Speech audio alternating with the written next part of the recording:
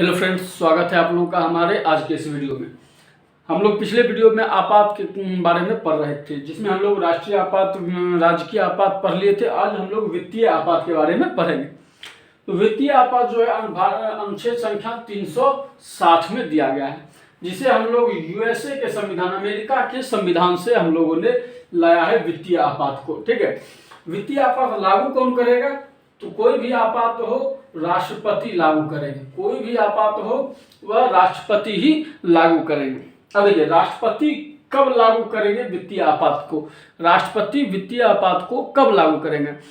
तो जब भी राष्ट्रपति को लगे कि भारत की जो वित्तीय व्यवस्था है, भारत की जो वित्तीय व्यवस्था है, यानी धन, भारत में पैसे की कमी हो रही, यानी भारत की वित्तीय व्यवस्था खतरे में है, भारत की जो वित्तीय व्यवस्था है, वित्तीय साख है, वह खतरे में, भारत में पैसे की कमी है, तो उस स्थिति में राष्ट्रपति वित्तीय आपात लागू करेंगे। उस परिस्थिति में क्या करेंगे? राष्ट्रपति वित्तीय आपात की घोषणा करेंगे। अब राष्ट्रपति जब भी किसी भी आपात की घोषणा करेंगे तो वह मंत्रिमंडल की सिफारिश पर ही करेंगे। राष्ट्रपति किसी भी, कोई भी आपात की घोषणा करेंगे, किसी भी इमरजेंसी की घोषणा, तो मंत्रिमंडल की सिफारिश के बिना नहीं करेंगे। तो वित्तीय आपात की भी घोषणा राष्ट्रपति करेंगे। कब करेंगे? तो मंत्रिमंडल के सलाह पर, मंत्रिमंडल के सलाह पर में राष्ट्रपति वित्तीय आपात की घोषणा करेंगे। अरे जब राष्ट्रपति वित्तीय आपात की घोषणा करेंगे, जब भी राष्ट्रपति वित्तीय आपात की घोषणा करेंगे, तो इसकी जो अवधि होगी, टाइमिंग होगी, वह होगी 60 दिन होगी। इसकी टाइमिंग होगी, इसका जो समय होगा वह 60 दिनों का होगा।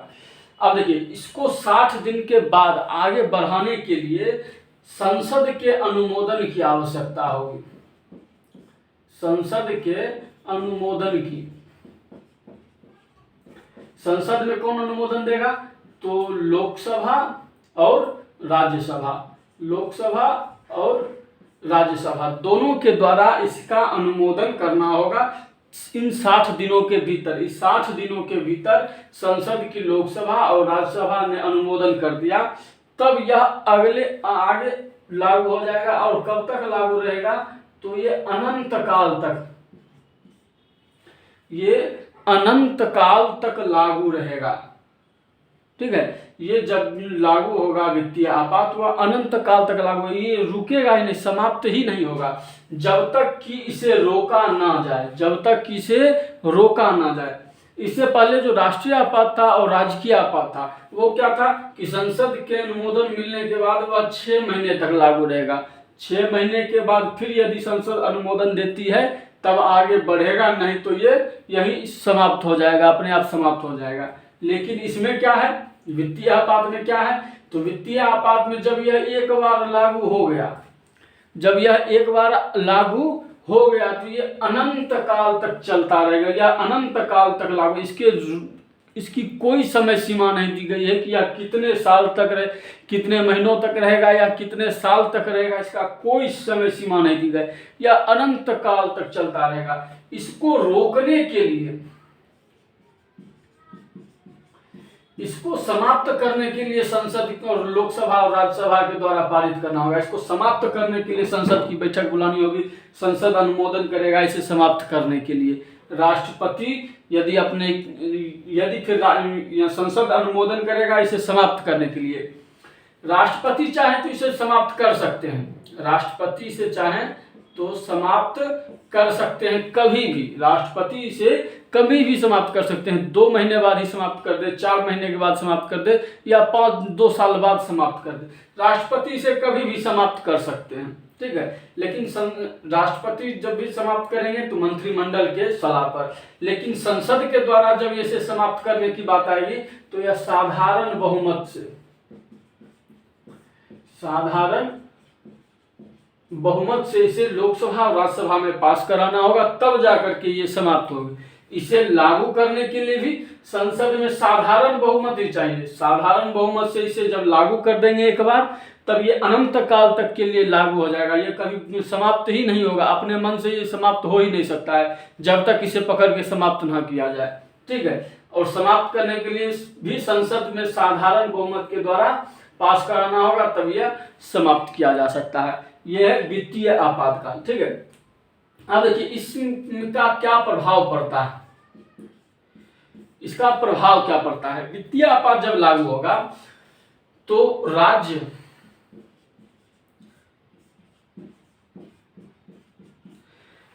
के जितने भी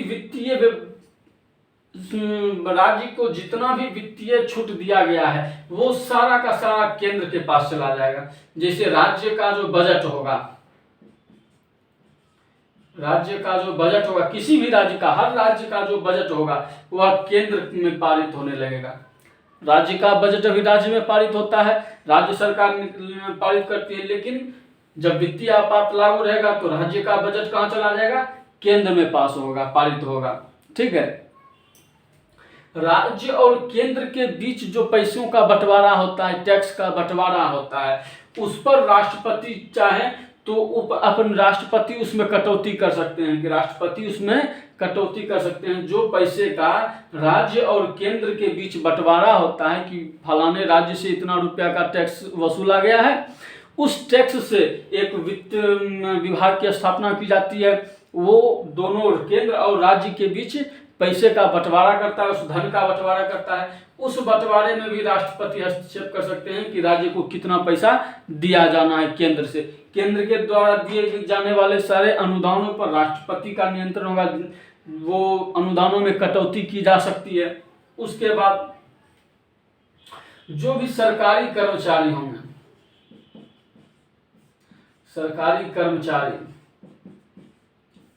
जितने भी सरकारी कर्मचारी हैं उन सभी के वेतन में कटौती हो जाएगी।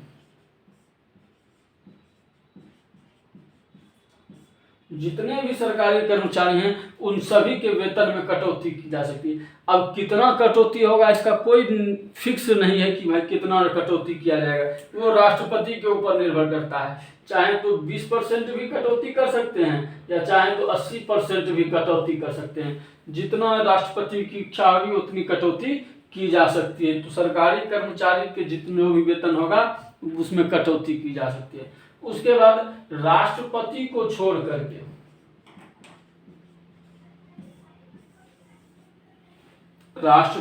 छोड़ करके बाकी जितने भी हैं, प्रधानमंत्री, अन्य मंत्री, सुप्रीम कोर्ट के न्यायाधीश, हाई कोर्ट के न्यायाधीश, चीफ जस्टिस ऑफ इंडिया और उसके बाद CAG, जितने भी हैं उन सभी के वेतन में कटौती की जा सकती है। केवल और केवल राष्ट्रपति को छोड़ दिया जाएगा। राष्ट्रपति को छोड़ करके बाकी सभी के वेतन और भत्तों में कटौती की जा सकती है वित्तीय आपात के समय में। ठीक है, वित्तीय आपात के समय में राज्य पर क्या प्रभाव पड़ेगा, राज्य का सारा बजट केंद्र में पारित होगा। राज्य और केंद्र के बीच जो भी अनुदान दिया जा रहा है केंद्र के द्वारा, उस पर में राष्ट्रपति का नियंत्रण होगा कि कितना दिया जाना है, उसमें कटौती की जा सकती है। सरकारी कर्मचारियों के वेतन में कटौती की जा सकती है।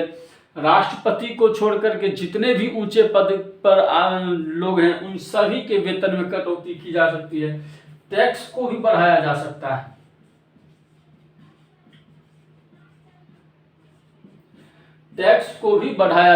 है। अब मान लीजिए टैक्स, ये जो मार्कर है ये 35 रुपया में अभी मिलता है। इसका मान लीजिए कंपनी का प्राइस है 20 रुपया, सरकार इस पर टैक्स लेती है 15 रुपया। मान लीजिए 15 रुपया टैक्स लेती है, 20 रुपया कंपनी का प्राइस है, 35 रुपया में मिलता है। लेकिन जब वित्तीय आपात के समय रहे तो टैक्स को बढ़ाया जा सकता है। सरकार कह सकती है कि हम इस पर 80 रुपया टैक्स लेंगे, तभी मार्कर कितना में मिलेगा, हमको 100 रुपया में मिलेगा। तो टैक्स में भी बढ़ोतरी की जा सकती है। ठीक है, तो ये प्रभाव पड़ेगा वित्तीय आपात के समय में। अब देखिए वित्तीय आपात का अभी तक में वर्तमान में कभी भी एक बार भी प्रयोग नहीं किया गया है। बाकी राष्ट्रीय आपात जो नेशनल इमरजेंसी है उसका प्रयोग भी अभी तक 3 बार किया जा चुका है। राष्ट्रपति शासन तो 125 बार से भी अधिक बार प्रयोग किया जा चुका है। लेकिन वित्तीय आपात जो है अनुच्छेद संख्या 360, इसका प्रयोग वर्तमान में अभी तक नहीं किया गया है। जबकि 1991 1991 में ऐसी स्थिति आई थी कि देश के पास पैसा समाप्त हो गया था, यानी देश के पास मात्र 15 दिन का पैसा बचा हुआ था। पूरे देश के पास मात्र 15 दिन का पैसा बचा हुआ था कि 15 दिन के बाद देश के पास 1 रुपये भी नहीं बचेगा। तो वैसा स्थिति था। लेकिन इस समय भी 1991 में भी उस समय डॉक्टर मनमोहन सिंह थे हमारे वित्त मंत्री, तो उन्होंने संभाल लिया। तो इसलिए 1991 में ऐसी स्थिति आई थी कि वित्तीय आपात लागू किया जा सकता था, लेकिन उस समय भी वित्तीय आपातकाल लागू नहीं किया गया। इसलिए अभी तक वर्तमान में वित्तीय आपातकाल का प्रयोग एक बार भी नहीं किया गया है। तो ऐसा क्वेश्चन भी आपको पूछ सकता है एग्जाम में कि भारतीय संविधान का वैसा कौन सा अनुच्छेद है, भारतीय संविधान का कौन सा अनुच्छेद है जिसका कि प्रयोग अभी तक एक बार भी नहीं किया गया है। तो अनुच्छेद संख्या 360 भारतीय संविधान का एकमात्र ऐसा अनुच्छेद जिसका प्रयोग अभी तक एक बार भी नहीं किया गया है, अनुच्छेद संख्या 360। ये था हम लोगों का वित्तीय आपातकाल। उम्मीद करते हैं ये आप लोगों को वीडियो समझ में आया होगा। वित्तीय आपातकाल के बारे में आप लोगों को सारा समझ में आया होगा। एक बार हम लोग तीनों आपात के बारे में एक बार अभी रिवाइज कर लेते हैं कि क्या क्या है। ठीक है, राष्ट्रीय आपातकाल, राजकीय आपात और वित्तीय आपात, तीनों को एक बार हम लोग अभी देख लेते हैं ताकि तीनों हमारा याद रहे, ध्यान में रहे। ठीक है, पहला था राष्ट्रीय आपात।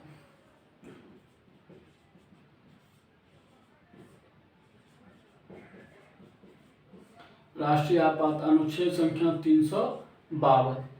दूसरा राजकीय आपात,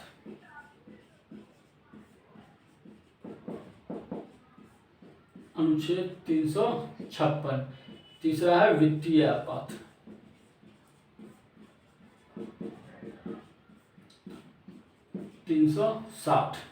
अब देखिए राष्ट्रीय आपात में क्या था, राष्ट्रपति लागू करते हैं राष्ट्रीय आपात, राष्ट्रपति लागू करते हैं मंत्रिमंडल के सलाह पर में राष्ट्रीय आपात लागू करते हैं राष्ट्रपति मंत्रिमंडल के सलाह पर। राष्ट्रीय आपात कब लागू किया जा सकता है, युद्ध या बाह्य आक्रमण के आधार पर किसी ने आक्रमण कर दिया हो या किसी देश के साथ यदि हमारा युद्ध होने वाला हो, तो या फिर आंतरिक अशांति, सशस्त्र विद्रोह, देश के अंदर ही लोगों ने विद्रोह कर दिया हो शस्त्र के साथ, तो उस स्थिति में राष्ट्रीय आपात की घोषणा की जा सकती है अनुच्छेद 352 की। ये क्या है, तो पूरे देश में भी घोषणा की जा सकती है, पूरे देश में भी राष्ट्रीय आपात लगाया जा सकता है, या देश के किसी क्षेत्र पर, भूभाग पर भी लगाया जा सकता है। ठीक है, ये पूरे देश में भी लगाया जा सकता है या देश के किसी भूभाग पर भी लगाया जा सकता है राष्ट्रीय आपात। इसमें मेनली क्या होता है, तो इसमें हमारे मूल अधिकार पर प्रभाव पड़ता है।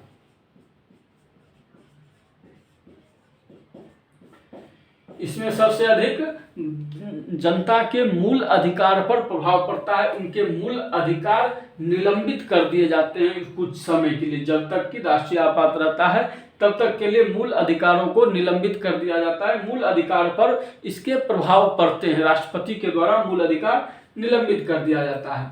अब देखिए राष्ट्रीय आपात जब लागू होता है, राष्ट्रपति जब राष्ट्रीय आपात की घोषणा करते हैं तो उसकी अवधि कितने दिनों की रहती है, 30 दिन। 30 दिनों के भीतर लोकसभा और राज्यसभा के द्वारा पारित कराना होता है, लोकसभा और राज्यसभा के द्वारा पारित कराना है, और यह 6-6 महीना करके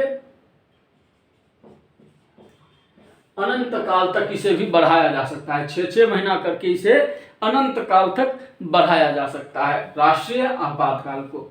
ठीक है, राष्ट्रीय आपात जब लागू रहता है तो उस समय लोकसभा का जो सत्र होता है, लोकसभा का कार्यकाल भी 1-1 साल करके बढ़ाया जा सकता है। लोकसभा का कार्यकाल भी 1-1 साल करके बढ़ाया जा सकता है राष्ट्रीय आपातकाल के समय में। ठीक है, दूसरा है राजकीय आपात। राजकीय आपात है अनुच्छेद संख्या 356 में। 356 में क्या कहता है कि कोई भी राज्य, 355 पहले कहता है कि राज्य जो है संविधान के अनुरूप कार्य करेगी। 356 कहता है कि जो किसी राज्य में संवैधानिक तंत्र के विफल होने पर राजकीय आपात की घोषणा उस राज्य में की जा सकती है। राजकीय आपात की जब घोषणा की जाती है तो उसमें क्या प्रभाव पड़ता है, तो राज्य का जो सरकार होती है, राज्य की जो सरकार होती है यानी मुख्यमंत्री की जो सरकार होती है वह समाप्त हो जाती है।